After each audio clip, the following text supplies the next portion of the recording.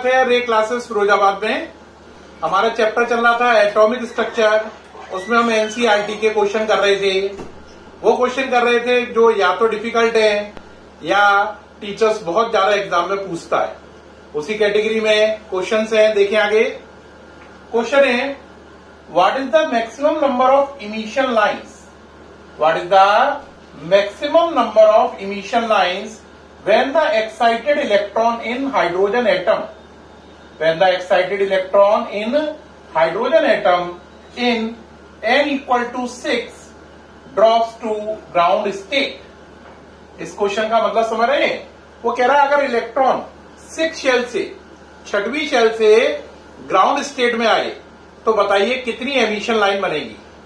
यानी कि अगर इलेक्ट्रॉन को 6 शेल से ग्राउंड स्टेट का मतलब पहली शेल में आना है, तो 6 शेल से पहली शेल में आने के लिए कितनी एमिशन लाइन बनेगी। बेटे इस क्वेश्चन को करने के दो तरीके हैं। पहले इलेक्ट्रॉन कौन सी शेल में था? 6 में। अब कौन सी में? फर्स्ट में। तो दो तरीके हैं, आपको जो अच्छा लगे वो आप कर सकते हैं। मैं दोनों ही करके दिखाऊंगा। पहला तरीका है कि हम फॉर्मूला से करें, और दूसरा तरीका है मैं फॉर्मूले से नहीं, ऐसी टेक्निक से करूं जिससे आपको और क्लैरिटी भी आए। यानी वो फॉर्मूला नहीं है, लॉजिकल अप्रोच है। तो दो टेक्निक यूज करूंगा, formula approach and logical approach. Electron कहां से आ रहा है? 6 शेल से। कौन सी में? फर्स्ट शेल में। उम्मीद है आपने क्वेश्चन नोट कर लिया होगा। इस क्वेश्चन का आंसर मैं यहीं पे ऊपर ही देने की कोशिश करूंगा, इसलिए क्वेश्चन नोट करने में ये मिटाने वाला हूं, इसको बनाए रखूंगा, ये मिटाल दूंगा, यहीं पर क्वेश्चन कर दूंगा। ओके, शुरू करें। क्वेश्चन लिख लिया है, स्टार्ट कर रहे हैं। देखो बेटा, इसमें इलेक्ट्रॉन जो है वो 6 शेल से फर्स्ट शेल में आ रहा है, तो हमें बताना है एमिशन लाइन कितनी बनेगी। तो एमिशन लाइन निकालने के लिए अगर फॉर्मूला देखें हम, तो नंबर ऑफ एमिशन लाइन के लिए फॉर्मूला होता है number of emission lines. Formula होता है n2 minus n1 bracket n2 minus n1 plus 1 और पूरा डिवाइड बाय 2। अब बताओ इलेक्ट्रॉन कौन सी शेल से आया था? बोलो। आपको मालूम है 6 शेल से। कौन सी में? फर्स्ट में। तो लगाइए, अप्लाई करिए। 6 माइनस 1, ठीक। यहां पे चलो 6 माइनस 1 प्लस 1। 6 शेल से फर्स्ट में आया है, तो n2 6 हो गया, n1 फर्स्ट हो गया, अपॉन 2। ऑन सॉल्विंग 6 में से 1 गया 5, 6 में से 1 गया 5 प्लस 1, फिर 6 हो गया, upon 2, that is 30/2, that is 50। तो 15 लाइन्स बनेगी एमिशन की। कितनी लाइन्स बनेगी? 15 लाइन बनेगी। ये टेक्निक बिल्कुल समझ में आ गई होगी। फॉर्मूला है n2 माइनस n1 ब्रैकेट, दूसरे ब्रैकेट में n2 माइनस n1 प्लस 1, पूरा डिवाइड हो रहा है 2 से। n2 की वैल्यू 6 रखी, n1 की वैल्यू 1 रखी, सॉल्व किया, 15 एमिशन लाइन बन रही है। ये पहली अप्रोच हो गई, फॉर्मूला अप्रोच। अब दूसरी अप्रोच करते हैं, लॉजिकल अप्रोच। लॉजिकल अप्रोच के लिए देखें, इसको यहीं पर कट कर दो, जगह सेव कर लीजिए, ये बन गया। लॉजिकल अप्रोच में आपको कहां से कहां आना है बताओ जरा? आंसर 6 से 1 में आना है। कहां से आना है? 6 से 1 में आना है। अब अप्रोच शुरू कर रहे हैं, ये वाली सेकेंड वाली। देखो 6 से 5, 5 से 4, 4 से 3, 3 से 2, 2 से 1। कितनी एमिशन लाइन बनी? 1 2 3 4 5। अब आगे चलो, 5 से 4, 4 से 3, 3 से 2, 2 से 1। 1 2 3 4 5 6 7 8 9, 9 लाइन हो गई। आगे चलो, 4 से 3, 3 से 2, 2 से 1, फिर 3 से 2, 2 से 1, फिर 2 से 1। गिनो, जितने एरो हैं उन्हें गिनना है, क्योंकि आप 6 से 1 में आए हैं तो जितने एरो हैं उन्हें काउंट कर लो, वो आपकी एमिशन लाइन के इक्वल है। गिनो कितने एरो हैं? 1 2 3 4 5 6 7 8 9 10 11 12 13 14 15। तो 15 एरो नजर आ रहे हैं, इसका मतलब एमिशन लाइन कितनी बनी? आंसर 15 एमिशन लाइन बनी। कितनी बनी? 15। तो यहां से भी मेरा आंसर 15 आया और फॉर्मूले से भी डायरेक्ट कितना आया था? 15। तो 15 एमिशन लाइन बनती है, 15।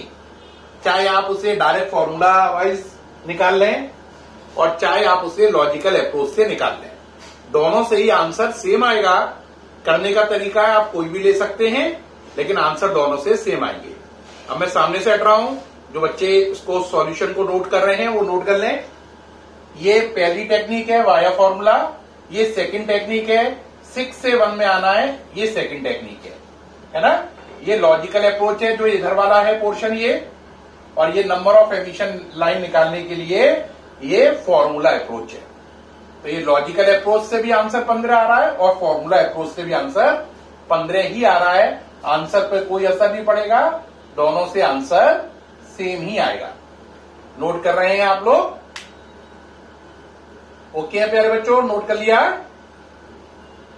ठीक, नोट कर लिया है। अब नेक्स्ट क्वेश्चन के लिए प्रोसीड करेंगे अपन लोग। अब ये क्वेश्चन कंप्लीट है। इस क्वेश्चन में मैंने बताया कि इलेक्ट्रॉन अगर 6 से फर्स्ट शेल में आए तो कितनी एमिशन लाइन बनेगी। मैंने 2 अप्रोच लगाई, लॉजिकल और फॉर्मूला, दोनों से आंसर आया 15 लाइंस बनेगी, एमिशन लाइन 15 बनेगी। अब सेकेंड न्यूमेरिकल को देखें, जो नेक्स्ट न्यूमेरिकल है अभी के लिए, ये हटा रहा हूं। देखें भाई क्या कह रहा है इस न्यूमेरिकल में, पढ़िए, पढ़ना शुरू करें। चलिए हाँ, द एनर्जी, इस न्यूमेरिकल में 2 पार्ट है। पहले पार्ट में कह रहा the energy associated with first orbit of hydrogen atom, the energy associated with first orbit of hydrogen atom is -2.18 into 10 की power -18 joule per atom. What is the energy associated with fifth orbit? Repeat, the energy associated with first orbit of hydrogen atom is this one. Then what is the energy associated with fifth orbit? इस part में वो कह रहा है अगर पहली shell में अगर इलेक्ट्रॉन है तो एनर्जी है -2.18 10 की पावर -18 जूल पर एटम, और ये इलेक्ट्रॉन अगर पहली की जगह 5वीं शेल में हो तो कितनी एनर्जी उसके पास होगी। इसके बाद अगली बात और कह रहा है calculate the radius of fifth orbit of hydrogen atom. कह रहा है अगर इलेक्ट्रॉन हाइड्रोजन एटम की फिफ्थ ऑर्बिट में हो, कौन सी ऑर्बिट में हो? फिफ्थ ऑर्बिट में। तो ये बताइए फिफ्थ ऑर्बिट में अगर इलेक्ट्रॉन घूम रहा है तो फिफ्थ ऑर्बिट की रेडियस क्या होगी। इस क्वेश्चन में 2 पार्ट हैं। पहले पार्ट में कहा गया है कि फर्स्ट शेल में एनर्जी मालूम है, फिफ्थ शेल में एनर्जी निकालनी है। दूसरे पार्ट में कहा गया है कि फिफ्थ शेल में जब इलेक्ट्रॉन घूम रहा है तो उसकी रेडियस क्या होगी। ठीक है, 1 बाय 1 करेंगे। इलेक्ट्रॉन की एनर्जी फर्स्ट शेल में कितनी है? इतनी है ना। बेटा एनर्जी किसी भी शेल में निकालनी हो, फॉर्मूला होता है एनर्जी का -2.18 10 की पावर -18 है ना, Z square upon N square, Z square upon N square joule per atom, ये फॉर्मूला होता है। अब सोचो फर्स्ट शेल में एनर्जी कितनी आएगी। जेड की जगह 1 रखेंगे, हाइड्रोजन है, और पहली शेल है तो एन की जगह भी 1, पहली शेल होने से एन की जगह भी 1, हाइड्रोजन होने से जेड की जगह भी 1, क्योंकि हाइड्रोजन का एटॉमिक नंबर जेड 1 है और शेल भी पहली है। अगर जेड और एन दोनों 1 रख दोगे तो आंसर इतना ही आएगा ना। और देखो इस क्वेश्चन में फर्स्ट शेल में आंसर इतना ही है। अब आपको कौन सी में निकालना है? फिफ्थ शेल में। अगर फिफ्थ शेल में निकालना है तो आप क्या करोगे? एन की जगह 5 कर दोगे। कितना? 5। तो in fifth shell N equal to 5, और ड्यू टू हाइड्रोजन जेड कितना होगा? 1। हाइड्रोजन की वजह से जेड 1 होगा, तो एनर्जी कितनी हो जाएगी बोलो? -2.18 10 की पावर -18 इंटू 1 का स्क्वायर अपॉन 5 का स्क्वायर। 5 का स्क्वायर कितना हो गया बच्चों? 25। तो ये हो गई -2.18 10 की पावर -18 अपॉन 25। ये एनर्जी हो गई और इसकी यूनिट क्या हो गई, जूल पर एटम। क्या हो गई, जूल पर एटम। आंसर निकल आया। अब आपके मन में होगा सर इसको सॉल्व करके बता दीजिए, तो इसको मिटा लें क्योंकि ये तो सॉल्व भी करना रह गया, बाकी तो समझ में आ ही गया है। तो ये पोर्शन मिटा दिया मैंने। अब इसे सॉल्व करने में क्या करना है बोलो, 2.18 और कितना है डिवाइड बाई 25, तो इसको हम लिख सकते हैं -218। 218 कर लिया 2.18 को, 2.18 को कितना कर लिया, कितना कर लिया बोलो 218, तो ये पावर -18 की जगह 20 हो गई अपॉन 25। अब 25 का डिवाइड लगा लेंगे 218 में, इसमें कोई खास बात नहीं है। आंसर आएगा 8.72। कितना आएगा 8.72, वो भी माइनस का, इंटू 10 की पावर -20, यूनिट आएगी जूल पर एटम। तो अगर इलेक्ट्रॉन फिफ्थ शेल में है तो एनर्जी के लिए नीचे 5 लिख दो, E5, energy in fifth shell. Answer आया -8.72, 10 की पावर -20 जूल पर एटम। ये आपका आंसर आ चुका है। जब इलेक्ट्रॉन फिफ्थ शेल में है तो उसकी एनर्जी ये निकल आई। बेटा इस फॉर्मूले से आप इलेक्ट्रॉन की किसी भी शेल में एनर्जी निकाल सकते हैं। जिस शेल में निकालनी है, पहली में, दूसरी में, तीसरी में, चौथी में, वो n की जगह रख दो। और Z का मतलब क्या है, एटॉमिक नंबर। अगर ये हाइड्रोजन है तो Z1 है, अगर ये हीलियम होता तो Z2 हो जाता, लिथियम होता तो 3 हो जाता, कार्बन होता तो 6 हो जाता। तो इस फॉर्मूले से आप किसी भी एलिमेंट की किसी भी शेल में एनर्जी जूल में निकाल सकते हैं। ये मैंने फिफ्थ शेल में हाइड्रोजन एटम के केस में एनर्जी को निकाल के दिखाया। ओके रहा। अब इसका सेकंड पार्ट देखो, calculate the radius of fifth Bohr orbit of hydrogen atom. Second part में कह रहा है अगर इलेक्ट्रॉन हमारा पांचवी शेल में हो तो उसकी रेडियस क्या होगी। रेडियस निकालने के लिए फॉर्मूला मैंने आपको कराया हुआ है। कब कराया था, जब बोर थ्योरी के एप्लीकेशन कराए थे। जिस वीडियो में मैंने बोर थ्योरी के एप्लीकेशन कराए थे वहां पे मैंने रेडियस निकालने का फॉर्मूला बताया था, radius equal to 0.529 n square upon Z. Answer angstrom में आता है। तो R इक्वल टू 0.529 है ना। कौन सी शेल में निकालनी है, पांचवी शेल की, तो n का स्क्वायर यानी 5 का स्क्वायर, Z का मतलब 1 क्योंकि हाइड्रोजन है, तो 0.529 इंटू 25। आंसर किसमें आएगा, एंगस्ट्रम में। आंसर किसमें आएगा, एंगस्ट्रम में। अब 0.529 में क्या आप लोग 25 का मल्टीप्लाई कर लोगे या नहीं कर पाओगे, करिए। 0.529 में 25 का मल्टीप्लाई करिए, आंसर आएगा 13.225 एंगस्ट्रम। तो आंसर कितना आएगा बोलो, 13.225 एंगस्ट्रम आंसर आपका आ जाएगा। तो रेडियस कितनी हो गई बोलो, रेडियस की वैल्यू हो गई कौन सी शेल में, पांचवी शेल में, कितनी 13.225 एंगस्ट्रम। ये रेडियस हो गई कौन सी शेल में, फिफ्थ शेल में। ओके रहा। तो ये पूरी बात क्लियर है। आंसर कितना आया, 13.225 एंगस्ट्रम।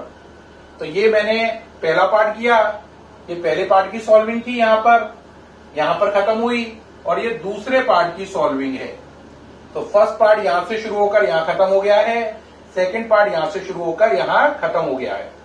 अगर एक बच्चा एंगस्ट्रम को नैनोमीटर में बदलना चाहे, किसमें, नैनोमीटर में, तो आप 10 का डिवाइड लगा दो तो ये आंसर एंगस्ट्रम से नैनोमीटर में बदल जाएगा।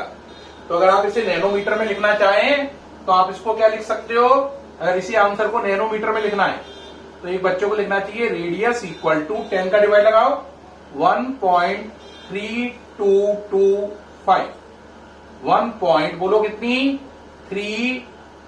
3225। क्या एंगस्ट्रम हटके अब क्या हो जाएगा, नैनोमीटर।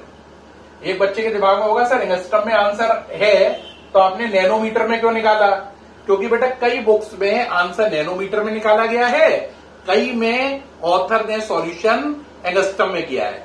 तो मैंने दोनों में ही वैल्यू लिख दी है। अगर आप नैनोमीटर में इंटरेस्टेड हैं तो इसका आंसर ये माने 1.3225 नैनोमीटर, और अगर आप एंगस्ट्रम में इंटरेस्टेड हैं तो आंसर माने 13.225 एंगस्ट्रम। दोनों यूनिट लिखी हुई है, सामने से मैं हटी गया हूं, आप दोनों यूनिट में आंसर नोट कर सकते हो। ये पहले पार्ट का आंसर है, ये दूसरे का है, दूसरे में ये एंगस्ट्रम में है, ये आंसर नैनोमीटर में है। सामने से हटा हुआ हूं, नोट कर रहे हैं, करते जाइए। ओके है, ठीक है प्यारे बच्चों।